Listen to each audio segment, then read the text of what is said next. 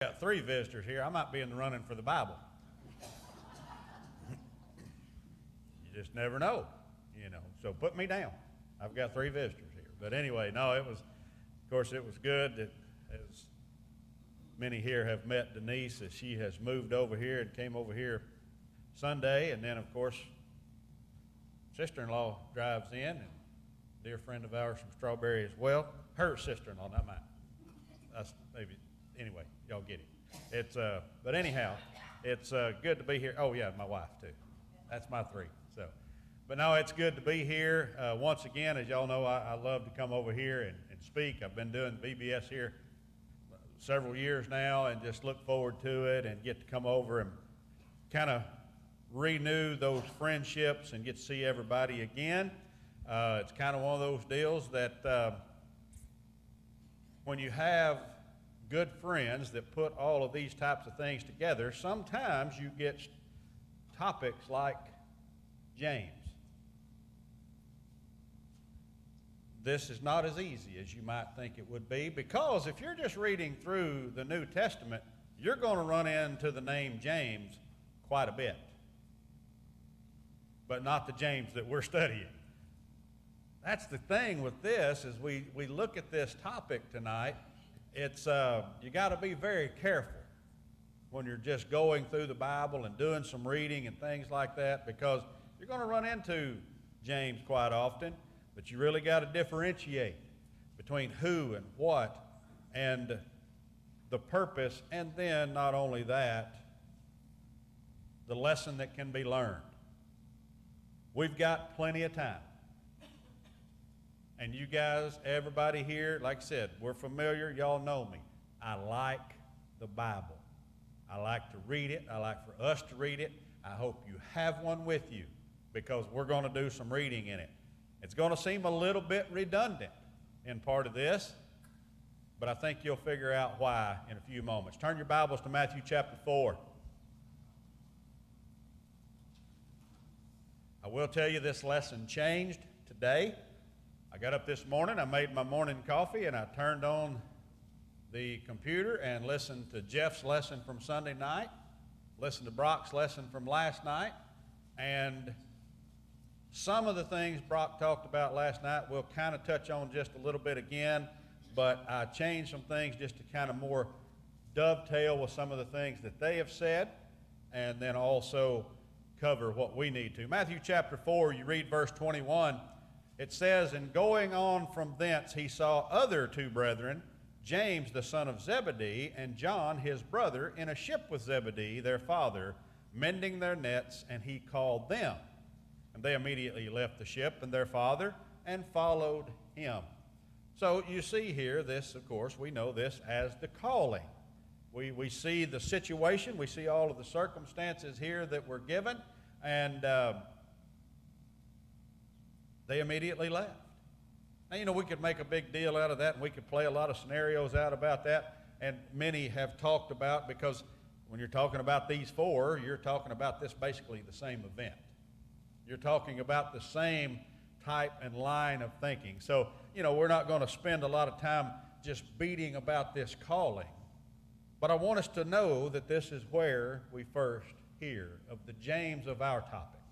If you go into Matthew chapter 10, you'll get over there, and it's there again as you're going down through and you're doing some reading. It talks about in verse 1 how he called his 12 disciples, and then what does he do in verse 2? Now the names of the 12 apostles are these. The first, Simon, who is called Peter, and Andrew his brother, James the son of Zebedee, and John his brother. So here we have them mentioned again. Of course, it goes ahead and lists the rest of them. He called the others as well. We look down through that and we realize the rest of these folks were not the fishermen as the ones that we're studying about this week, but he called them from all these other different professions and different walks of life and things. And that's something that, we need to be reminded of. But the great thing is, especially when you have a 4-night VBS, when you got 4 fishermen, makes the decorations easy, doesn't it? I hope everybody, and I'm sure you have, if you have not walked down the hallways and poked your heads in the classrooms, do that. Because there was a lot of time and and a lot of effort and a lot of just a good creativity. If I would have decorated the classroom, you wouldn't have been able to tell. There might have been one or two fish hanging somewhere, and that would have been about it. These classrooms are amazing. So make sure, if you have not done that, let those teachers know that you appreciate what they've done, and go down and look at them, and you'll be impressed. And that's what these children are seeing. Matthew chapter 10 lists those. Matthew chapter 17. We begin to see a little bit of a change. We've moved on. We're several chapters away from Matthew chapter 10. We've got all the apostles called. And then you see something begin to happen. You see a dynamic change. In the very first verse of Matthew chapter 17, it says, "And after 6 days Jesus taketh Peter, James, and John his brother, and bringeth them up into a high mountain apart." Of course, we know this is where the transfiguration happened. And we all understand, we could talk about, what Peter did there, but it really doesn't play into what we're talking about, becoming fishers of men. But notice the closeness. Yes, he called 12 apostles, but you see here kind of a different calling, don't you? You see a calling out of 3 out of the 12. And this is going to be something that's common, okay? Let's see what Mark has to say. Mark chapter 1. You get over there, and of course, there again in the gospel accounts, a lot of times it's the retelling. Mark chapter 1, you read in verse 19 what it says. "And when he had gone a little further thence, he saw James the son of Zebedee and John his brother, who also were in the ship, mending their nets. Straightway he called." Well, we've read that, haven't we? But we read Matthew's account. If you jump down about 10 verses to 29, it says, "And forthwith, when they were come out of the synagogue, they entered into the house of Simon and Andrew with James and John." Well, that's kind of neat, isn't it? That's the 4 topics for this week. So you see here how this kind of all flows, and you see these names keep coming up. You see this idea of there's something about these men. They had similar background, right? They knew each other. They knew the struggles. It's one of those things that, if my wife, she may come home, she's, of course, an RN, and if she comes home telling me about a particular set of circumstances, difficulties that I can't fully understand, because I'm not one, right? I'm not one. Well, just like sometimes if I'm telling her particular situations and some of the difficulties, I had a 45-minute conversation with a dear friend, a guy I know very well, about elders, qualifications and roles and all of that type of stuff today. Well, she's sympathetic with that, but she don't understand. She can't fully understand having that conversation because it's different. It's a different background, so to speak, a different set of experiences. These men understood some things about each other that made them a little closer. And for whatever reason, Jesus called them out multiple times. And we'll see that as we go through this, and you will. Mark chapter 3. You get there to verse 17. It says, "And James the son of Zebedee and John the brother of James, and he surnamed them Boanerges, which is the sons of thunder." Something happens here that kind of calls out too, that's a little bit different feel. You've got some surnames coming into. Simon, surnamed Peter in verse 16. You've got these 2 brothers, James and John, that we've been talking about. James, the one of our topic tonight. Sons of thunder. He gives us some names here that maybe we don't see in some of the other lists. But pay attention to that sons of thunder thing. We're going to keep reading. Mark chapter 5.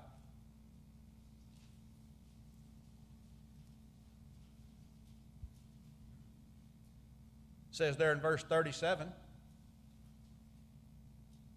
And he suffered no man to follow him save Peter and James and John, the brother of James.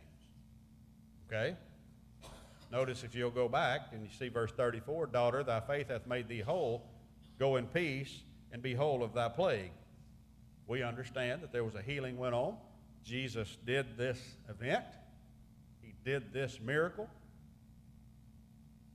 And he wanted to be separated, suffering no man to follow, except, here we have the three again, Peter, James, and John. Let's look at one more, and we'll get done with the redundancy a little bit. Mark chapter 9.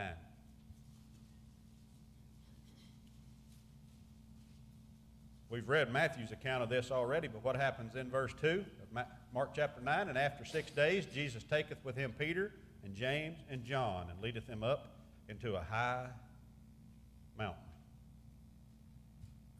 Now think about that. Just think about what we've read so far. Try to put yourself in the sandals of James. I guess they wore sandals. I don't know what we always think about, right? Try to put yourself in the place of James. What do we know about James so far? What do we know about him so far with what we've read? Fisherman, brother of John, son of Zebedee, an apostle. Ain't a lot, is it, when you really think about it? And he was a friend of Jesus, okay? But notice, Close friend, yeah, very intimate, close friend. But let's think about this. There was also Simon, Peter, and John that, well, let's see, we could use John for sure. All those same things could be said about John, couldn't they? As a matter of fact, isn't that how John refers to himself in his writings? The apostle who Jesus loved, right? Now think about that. So, really, the things that we know about James can also be said about John. How many people in here have siblings? Raise your hands if you have siblings. How was that experience? Now, you don't have to answer. Sorry, I really wasn't looking for answers there because isn't it funny how that works with siblings? Boy, there's some things are really good, right? Some things, not so much, right? The sibling rivalry maybe or something like that, or those. Have you noticed that every time James has been mentioned, John's been mentioned as well? Every time.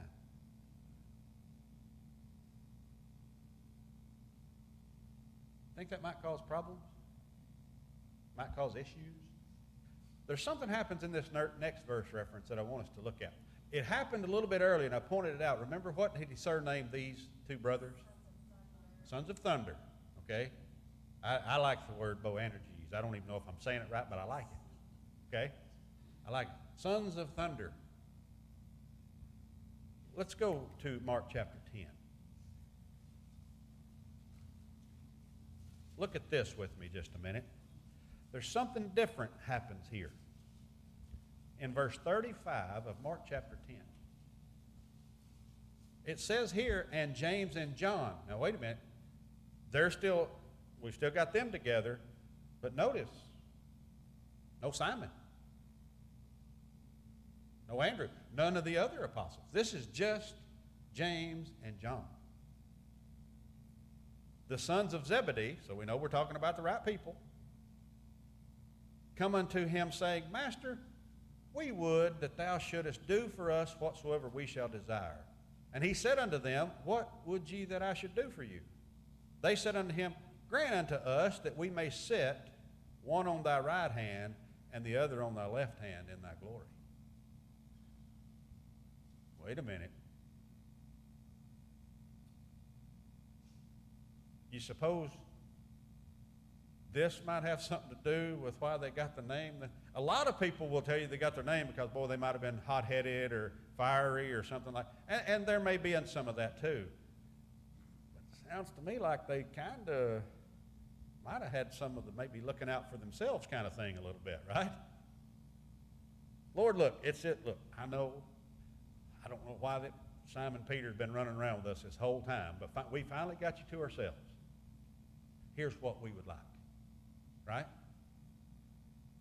And another thing I hope you've caught in all of this, I'll be honest with you, I hadn't caught it until studying for this lesson. Have you ever noticed that James is mentioned first? And oftentimes it's James and John, the brother of James. There's some significance here, almost like, I'm not saying, almost like he might have been the older brother. Possibly. Just kind of feels that way. Because he's referred to first and John is referred to as his brother. So how many of you had an older sibling? How was that? Right? I mean, isn't it funny how it makes a difference if it's a younger sibling or an older? Some of you may have both. You may be a middle child and like, I got bad on both ends.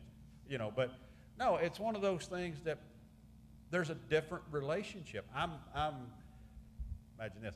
I'm the oldest. I have a sister. I'm the older sibling. I know how bad it was for her at times. You know, I get that. I mean, even think about this. You know, did very well in school. I was an athlete. I did all of that type of stuff, and she got to try to grow up as Kenny's little sister, right? Well, that's if, fortunately for her, male and female. Imagine when a little brother or something comes along, right? There's a lot of times some issues. Well, you know, when some people say, well, what does this have to do with being fishers of men? Jesus called them to be fishers of men, and really, at this point, we don't see a lot of that. Well, guess what? By this statement made in Mark chapter 10, were they ready to be fishers of men? Not really, were they? No, but according to that scripture right there, they're thinking that Jesus is going to set up an earthly kingdom. Yeah, I mean, we're at that point. And, you know, he says when he calls these, if you go back and you read it, and I think Brock referred to it last night, he goes back and he says, you know, I will make you to become fishers of men, right? It's like, this is not something that the day I call you and the day you start following me, that's just automatically going to happen. I'll make you to become fishers of men. Let's take a little backtrack here just a minute, because Matthew actually has something very similar to this. Go back to Matthew chapter 20 with me. My people from Strawberry will tell you I refer to this verse quite often because we see where these boys get it. Okay? We see where these boys get it. Matthew chapter 20, read verse 20 starting with me. Then came to him the mother of Zebedee. This is coming to Jesus. The mother of Zebedee's children with her sons, worshiping him and desiring a certain thing of him. And he said unto her, What wilt thou? She saith unto him, Grant that these my two sons may sit, the one on thy right hand and the other on thy left in the kingdom. Not good when mama gets involved, is it? I mean, really, when you think about it, we read this, and just like was said, we read in Mark chapter 10, and we see where these young men, yes, they were accomplished fishermen. They had a spirit of some sort about them that got them the name, the Sons of Thunder. I think we may have figured out where they got it. Mama kind of had that same spirit, didn't she? It's interesting. It goes on, and in verse 41, the first time that we have James and John talked about by themselves, nobody else with them, when you read verse 41, it says, when the 10 heard it, they began to be much displeased with James and John. Well, there's a whole lesson we could talk about right here. One being, why did Jesus call 12? Let's back it down. Let's just stay in what we're talking about in this VBS, fishers of men. Why did Jesus call 4 fishers, right? Why did he call 4? Why didn't he just call 1? Maybe one set of brothers, something like that. Well, we can see a glimpse here that by themselves, these folks struggled. And another thing that happens, remember all those, the memories that you had about older brothers, younger brothers, siblings, whatever it might be? You may have fought like cats and dogs with your sibling, but what if somebody else messes with that sibling? You're pretty protective, aren't you? Right? Whatever is attacking one, automatically both will be against. But also it can cause a problem is if one strays, guess what else might happen? The other might go along with it. Because of the family thing. You know, in the world we live, nepotism or something like that they'll call when families work at the same place or have, it can happen this way as well. And we see a little bit of glimpse of that here. When James and John were by themselves, this spirit that got them the name, Sons of Thunder, they were looking out for themselves. Mark chapter 13.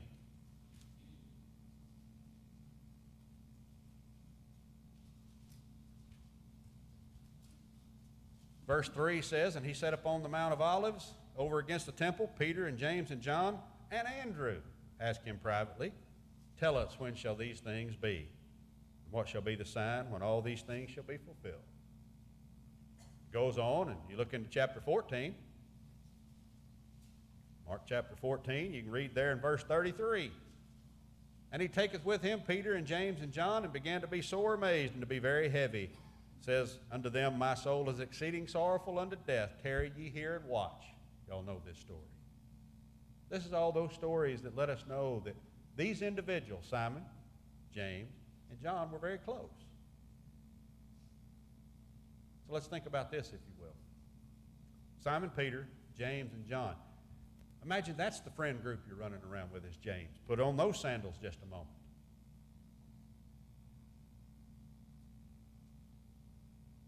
Just from what we know. Is Peter a prominent player in the New Testament? Yeah, I mean, one of the most prominent, right? He even wrote a couple of epistles later on, right? What about John? Well, he's got a gospel.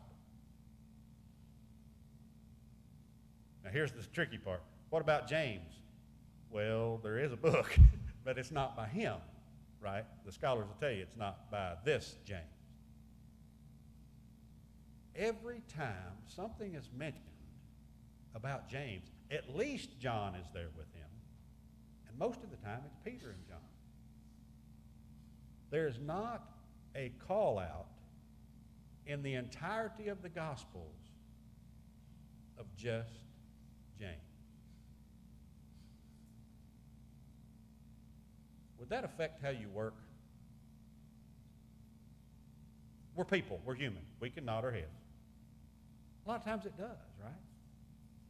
We could go through, we could continue on. Mark actually has the most references to James and John.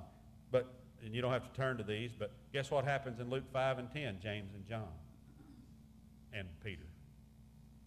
And actually all the rest of them.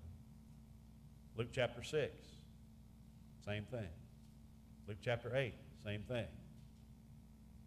But I want you to notice, and it drives home the point, we're going to look at Luke chapter 9. Flip over there.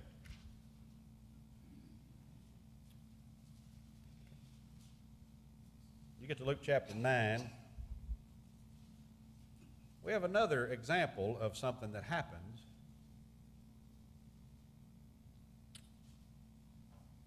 Let's just read verse 53 to start. It says, and they did not receive him. They didn't receive Jesus because his face was as though he would go to Jerusalem. And when his disciples, James and John, saw this, they said, Lord, wilt thou that we command fire to come down from heaven and consume them, even as Elisha did? Now think about that. The two times we have James and John mentioned by themselves. One, they said, Lord, let one of us sit on the right hand, the other on the left. The other time, let's call down fire and destroy these people. I think, in putting this lesson together, I understand the idea of the sons of thunder just a little bit better than I did before. And guess what? I think I even understand a little bit better why Jesus would call them. Because they had a spirit, yes, that was maybe fiery, maybe a little rambunctious, we might say, maybe a little over the top. Sometimes you need a little dab of that. There's a lot of congregations of the Lord's people that are wondering, why can't we grow? Why can't we be fishers of men? Why can't we? We're having VBSs that's got fish all over the wall, and we do that, and it's because there is no fire there. And what I mean is we kind of do things the way we've always done them. Well, guess what? James and John wasn't that way. They saw somebody reject Jesus, and they said, I got an idea. And I like this. Because notice they didn't say, Jesus, you call down fire, did they? How'd they put it there? Lord, wilt thou that we command fire to come down? That's a whole different thing, isn't it? You know, it's one thing if you said, this is Jesus, he'll handle it. Right? This is Jesus, he'll handle it. Sometimes what we say, well, you know, that's the preacher will handle it. Right? Well, the elders, they'll handle that. Lord, must we? Basically, they're saying, can we call down fire?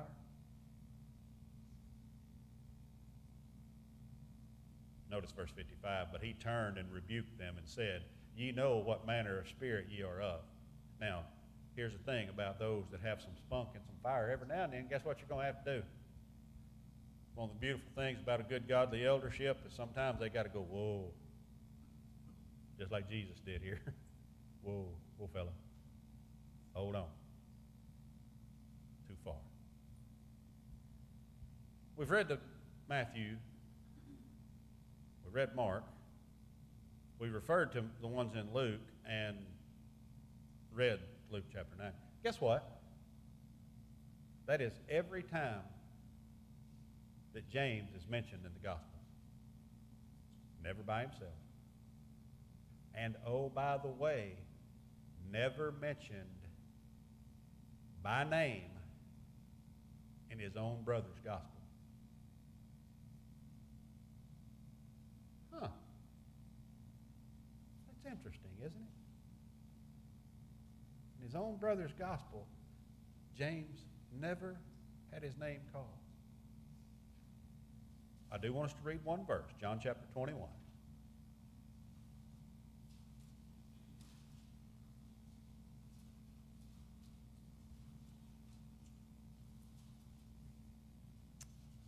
It says there in verse 2, there were together Simon Peter and Thomas called Didymus and Nathanael of Cana in Galilee and the sons of Zebedee and two other of his disciples. This is the closest he gets to calling his brother James by name.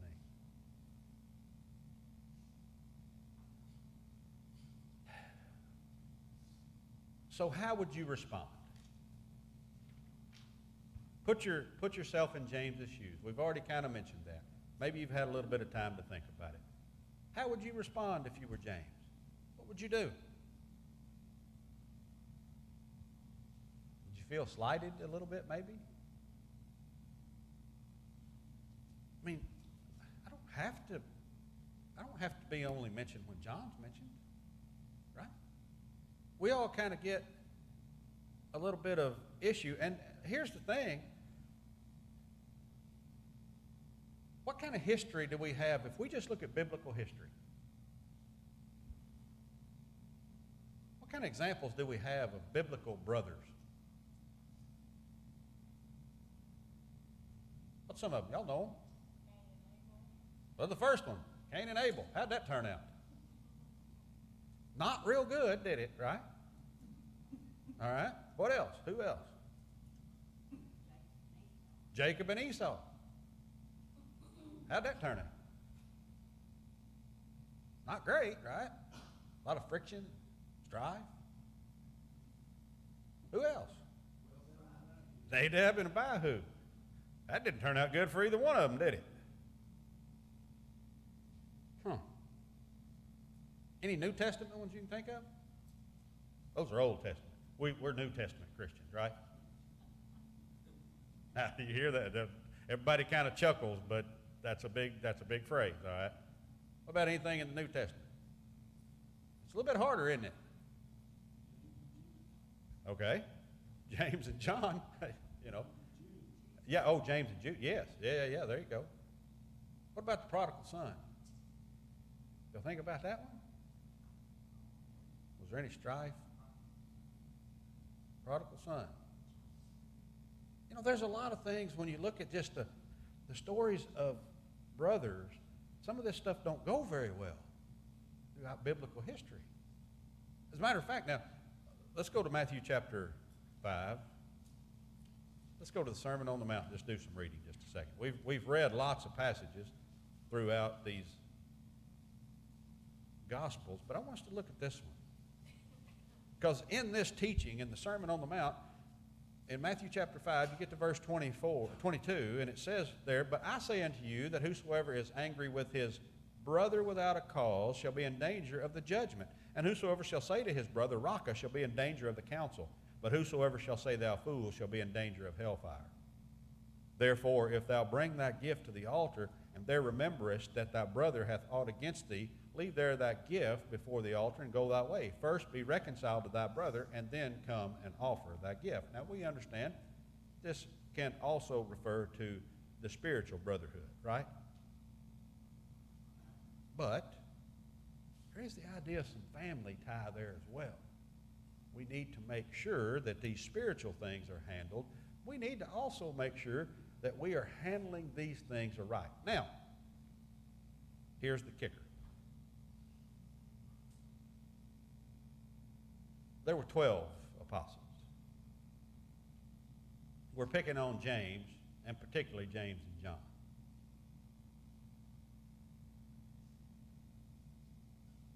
We had somebody refer to this verse. Flip to Acts chapter 1.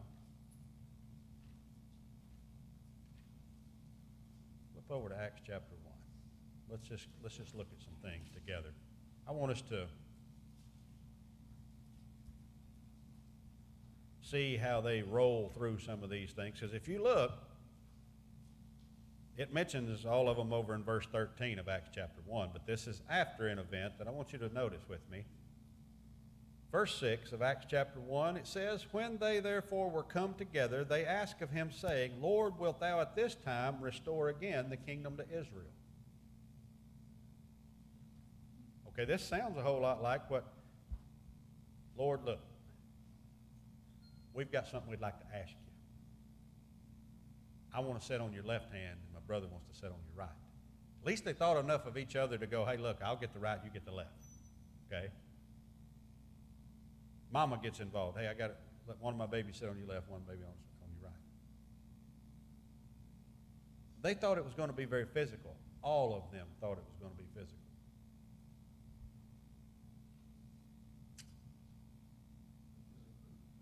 Huh? No, he'd already been crucified here. He'd already been resurrected. He had already walked among them 40 days. Right? Crucifixion, I did this lesson a few weeks ago from here, as a matter of fact, sometime around Easter. The crucifixion, don't get me wrong, was vitally important. But boy, there's something happened whenever that man ascended back to the Father. Because notice, even here, and we could talk about it, you know, in verse 15 of Acts 1, Peter stood up. And look at the things that he preached. It doesn't sound like the Peter that we read about in the Gospels. Then, of course, we know what happened in Acts chapter 2, right? Guess when these people became fishers of men? James included. Right here. Because you know what? They quit thinking about what's here. They quit thinking about what you know, this physical thing, this sitting on the right hand or the left. They honestly, at this point, kind of started going, yes, that's my brother by blood, but that's my brother by salvation through the blood of Jesus Christ. They began to understand some things that were a little bit different. The fishing was different. This fishers of men was something different. You can't think physically. Now, you may have to cater to some physical needs and take care of some physical problems and things like that. But notice here, when he ascended back to the Father, they changed the way they did some things. So what we would love to have is to know how this story turns out. We would love to know that. And we're going to look at that in a little bit, just a few minutes. But I want you to think about a couple things. Using James and using him as an example, can we serve without the praise of men? And that's one of those things that it's not a question for you to answer. It's one of those things that's like, can we serve without the praise of men? Because here's what happens. Some people are seen. Brock kind of pointed this out last night. Just like tonight. Kind of already hinted about this. There's a camera right there. And it's going to be on Facebook. And guess who it's looking at? Me. Now, I've got a face more for radio than TV. Okay? But, so when somebody goes on and clicks on Greensboro Roads, VBS, who are they going to see? Me. And guess what? The best teaching that's going on are in those rooms back there that people don't even know who's back there. The ones that are teaching these small children, can we serve without the praise of men? Now, here's what a lot of people do. They'll put it off to the preacher or the elder or whoever. But no, we're all to be servants. We are all called, right, to be fishers of men. But can we do that with no praise? Well, we can talk about John chapter 12, right? This same John, you remember what he said in John chapter 12? Flip over there. I'm going to read it because I like it. I like this verse. John chapter 12. You get there and, you're reading along. And, of course, John's gospel reads a little bit different than a lot of them. You get over there and it talks about 3 different times. In verse 38, it talks about the saying of Isaiah. In verse 39, it mentions Isaiah. And in verse 41, it mentions Isaiah.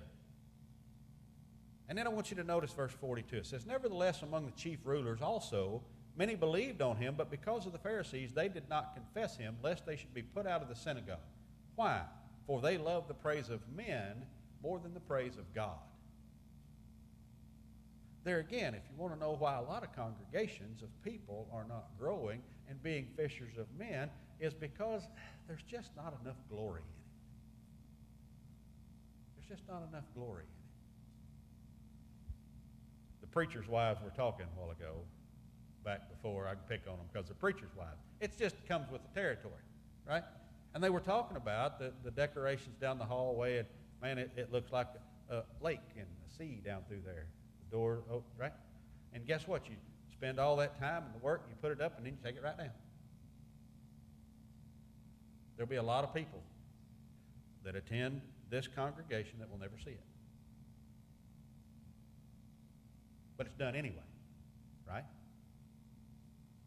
May never hear a attaboy or that pat on the back. Well, will you serve anyway? Will you serve even without the praise of men? If you remember, Paul mentioned somebody in 2 Timothy that was a very good fellow laborer by the name of Demas. You know what happened? He loved the things of this world more than he did the things of God. But we got to know how the story ends, don't we? I mean, here we've got James. He had some attributes that Jesus just loved because he called 4 fishermen, right? There had to be something about that group of people that God said, Jesus, those are the ones we need. Always mentioned with this group. How do we know how this turns out? Well, the good thing is there's one place, one time, James is mentioned by himself. Turn to Acts chapter 12.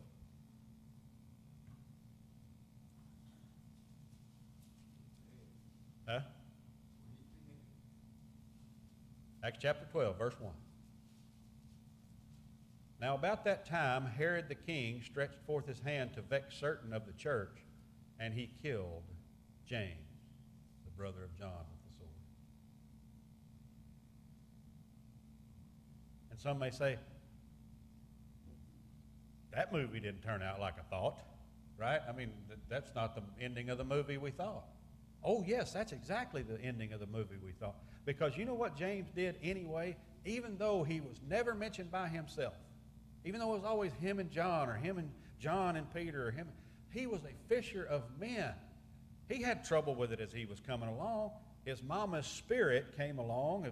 I want to sit on the right hand or the left. Let's call down fire. That's what he was thinking when Jesus was here. But when Jesus died, was raised, and ascended back to the Father, he did something different, to the point that he lost his life for it. Well, let's see what these Gospels we've been reading in says about that. Matthew chapter 5. You know, the Beatitudes or the blessed R's. What does it say there in the 10th verse of Matthew chapter 5? Blessed are they which are persecuted for righteousness' sake, for theirs is the kingdom of heaven. James got his attaboy before he was even understanding, before he even hardly knew who Jesus was. Because in this Sermon on the Mount, shortly thereafter, calling these men, he said, blessed are those which are persecuted for righteousness' sake, for theirs is the kingdom of heaven.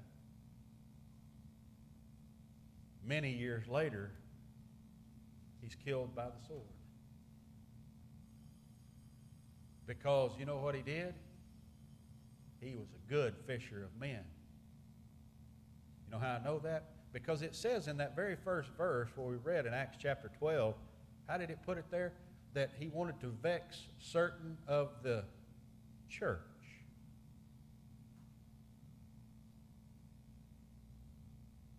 Guess who was a thorn in the side of those around that was building up, fulfilling the things of the church, fishing for men, bringing disciples unto the Christ that died on the cross? James. The one time he's mentioned by himself. I mean, this same writer, Matthew chapter 10. What does it say over there when you get to verse 22? And ye shall be hated of all men for my name's sake, but he that endureth to the end shall be saved. But when they persecute you in the city, flee ye into another. For verily I say unto you, ye shall not have gone over the cities of Israel till the Son of Man be come. Back up to verse 16. Behold, I send you forth as sheep in the midst of wolves. Be ye therefore wise as serpents and harmless as doves. But beware of men, for they will deliver you up to the councils, and they will scourge you in their synagogues. You know, a lot of people talk about Jesus being a prophet. Amen. Now, he was more than a prophet, but he was basically here telling James, you're going to die for the cause of Christ. But one time he's mentioned by himself. He lost his life. Matthew chapter 24.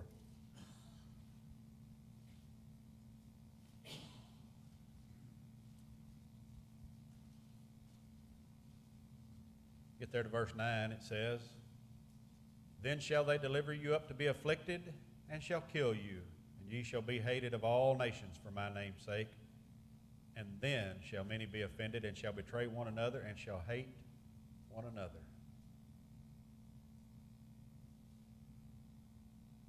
All of a sudden, if you really get to reading some of this and get to hear some of the things that James and John and Peter and all the rest of them heard, all of a sudden it's like, this don't sound like such a good deal. Maybe I should have stayed with my nets. I mean, really. It sounded like a little less good of a deal.